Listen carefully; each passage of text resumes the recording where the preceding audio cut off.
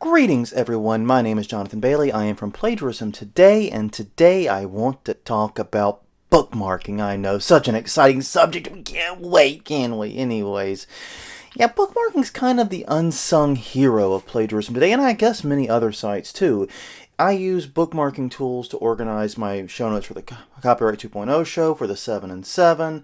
I use it to organize my 3 count. I use it for even doing research and just keeping information organized for regular PT posts. So yeah, everything I do is in some way supported by my bookmarking tool. And for the past 8 years, literally 8 years, I've had the same tool, Diigo. That's D-I-I-G-O for those playing along. Did that? It should be D-I-I-G-O. But anyways, I've been using it for literally 8 years. I did my big import to it March 21st, 2008. And I gotta tell you, Diigo came into my life at a very tumultuous time. When I first started doing the Copyright 2.0 show, and I started trying to really organize my bookmarks and my links, we used Delicious. And that was a bit of a kludge. I don't know if they've improved their features since, but Delicious just did not work. Found another service. Actually, they approached me, wanting me to use it. Gave them a shot for a few months. But they had a list feature, which is really cool, because you could dump links into the list, and you could organize the list. But there were limitations, and the system just didn't work as advertised. So then I discovered Diigo, and it was amazing. It was like a breath of fresh air. It had all the tagging and bookmarking and organization features of Delicious, plus some. And the list feature was perfect. It was sweet, beautiful, perfection for what I needed. And what I needed when I'm doing show notes is I need a list. I don't need a lot of extra stuff. I need 1, 2, 3, 4, 5, 6, 7, maybe 8 or 9, whatever. But I just need a list. And I need to be able to rearrange that list and move it around and organize it as I see fit, but I don't need a lot of extra stuff. You know what I mean? And it helps if this list, it plays really nicely with the rest of my bookmarking. But anyways, Diigo had the perfect list feature for me. I could dump stuff into the list, I could organize it, I could use it, and I think I did hundreds of show notes, Copyright 2.0 show notes, at least 200 show notes in Diigo lists. I'm pretty sure of that fact. We're up to like 379 in the Copyright 2.0 show. I'm sure well over half of those were done in Diigo's lists. And it was great. For years we had this wonderful relationship where I would give Diigo money for a pro account, and they would give me a reliable bookmarking service that just let me be productive and let me get things done. It was wonderful. But that's no longer the case. I'm, as of a few hours ago, no longer with Diigo. It's been a pretty nasty breakup. And it started, honestly, in late 2014. They introduced a new feature called Outliners. And Outliners are supposed to be the big improvement to lists. Now, I said already that lists had all the features I need and nothing more. It was simple, it was fast, it was great. Outliners was the improved list that added features. You could indent things in the list. You could organize and number and add more notes and just throw more information into it. It was meant more as a research tool than just a list of links.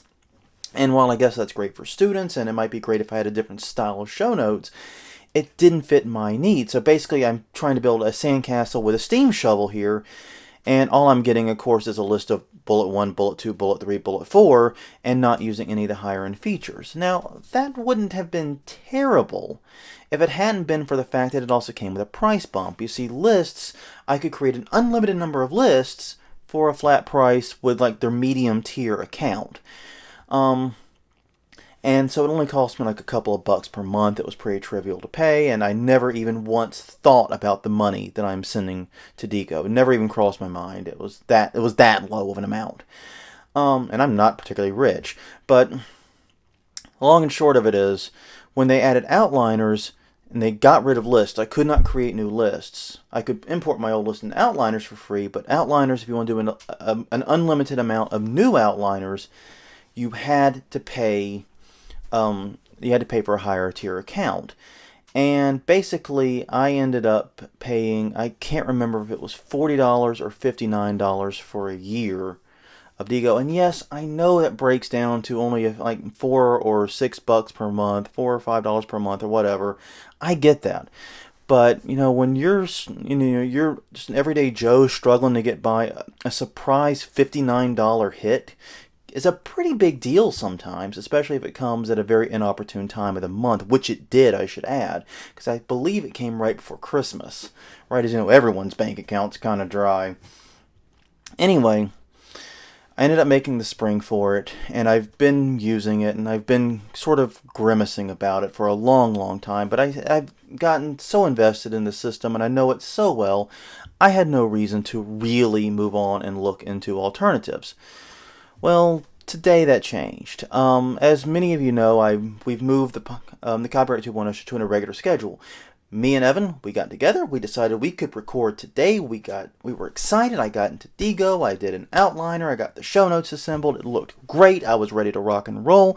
And about 2 hours before we were supposed to record, Evan went in to kind of brush up on the notes and found that outliners weren't working at all. In fact, it's still, as of right now, we're supposed to be recording now, by the way. I'm recording this instead of recording a podcast because of Diigo. Long and short of it is, it's not working. If you pull up any outliner, it says a 404 error, which also means all the show notes on Plagiarism Today are equally broken right now. And that's frustrating. All the show notes on Plagiarism Today after the switch to outliner. So all the ones from the lists are still up, and that's the part that irritates me, is all of the old archived list format ones that they have, that the depreciated lists work great. It's the new and improved outliners that failed. So go and figure that one out. But anyways, yeah. For the first time in 8 years, I found myself seriously looking into alternatives, and I discovered a site called Raindrop.io. It's been around for a little while, but it's new to me, and I have imported all of my bookmarks into it and recreated the show notes as a container there. I believe they call them containers.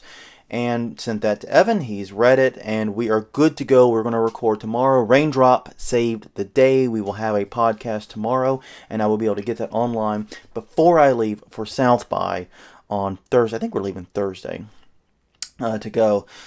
So that's great news. I'm very, very happy and excited about that. I am sorry we didn't get to record today, but it's really neither of our fault. We desperately tried to. To that end, though, one interesting statistic I have to share before I wrap this up. When I did my import, it sort of gave me a chance to look at my bookmarking history. Over the past 8 years or so, I have bookmarked about 7,900 things. Actually, it's a little bit more than that. It's like just underneath 8,000, which means I bookmark an average of about 8,000 things a year. That's approximately 3 things every day, week in, week out, rain, shine, and vacation and otherwise. So it's a pretty impressive amount of stuff that has been thrown in there. All the links are tagged and organized. It's a pretty impressive collection. I'm thinking about opening it up completely to the public. Maybe I'll do that, just so people can search and see all the stuff that's been going on in the past 8 years or so. Well, anyways, that's what it comes down to. Diigo, you've been dumped. I'm sorry. This was the straw that broke the camel's back, to use the old expression. I've had all I can stand, and I can't stand no more. I appreciate all you've done. It has been a great 8 years, but it is apparently time for me to move on. And maybe I'll do a more thorough Raindrop.io review in the not-too-distant future.